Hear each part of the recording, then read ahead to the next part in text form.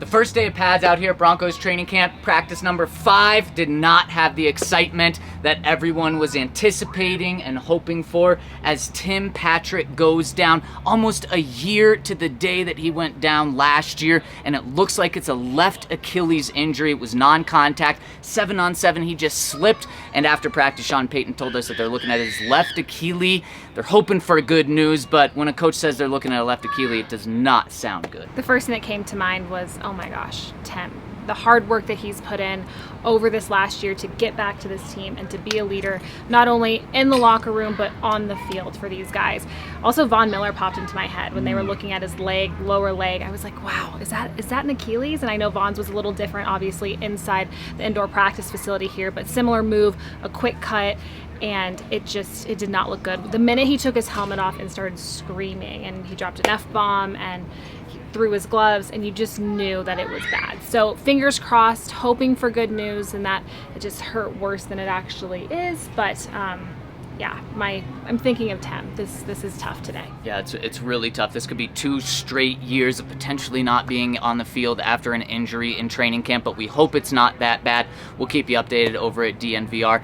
Also, another blow to the offense. The offense just still isn't clicking through the air. Russell Wilson, another tough day today. He started off his very first pass, an overthrow to Jerry Jeudy in the middle of the field. The very next pass he had was an interception to Justin Simmons. The pass was way off. Jerry Jeudy was there, and it was just an easy grab for Justin Simmons. To be fair, Jonathan Cooper was in his face. Exactly. I think the pass rush is actually the biggest takeaway, is those guys are looking really, really good. It's unfortunate to see that Russell Wilson and his guys still aren't, that chemistry is not there quite yet, but it's only day 2 in pads, so things will be looking up, I'm sure. And then the third pass, the first completion on offense for Russ, was Mike McGlinchey catching the ball. That's not what you want. It wasn't like a trick play or anything. It was a batted ball that McGlinchey then caught.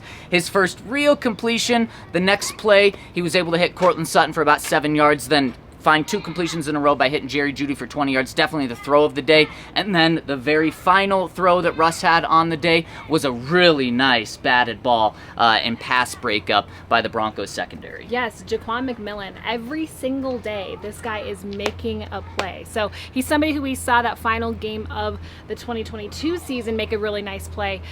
He's somebody that very well might be making this roster and maybe carving out a little space for himself to get a few more snaps this upcoming Number season. 35, keep your eye on him because this Broncos secondary, I mean, whether it's Pat Surtain making a play, McLaughlin, I mean, everyone is coming out and doing work here, and that just continues to be the story. The defense dominates, and the secondary continues to look very, very good. And apparently, Damari Mathis, his confidence is actually making Pat Surtain more confident on the other side of him, which, as humble as he is, I don't think Pat Surtain lacks any confidence, but apparently Damari Mathis is taking him one notch above. So. And secondary also full of swag. You got to check out Pat Surtain's knee pads or thigh pads where he's got the PlayStation controller. I'm sure our guy Ryan Green will drop that. I got it. There. It's in there. He's got it. And so hopefully the offense can start picking up tomorrow where they come back for another practice. Today was the shortest practice. Tomorrow back in pads. We'll see if the offense can pick up. So we'll be keeping you updated on Tim Patrick's news.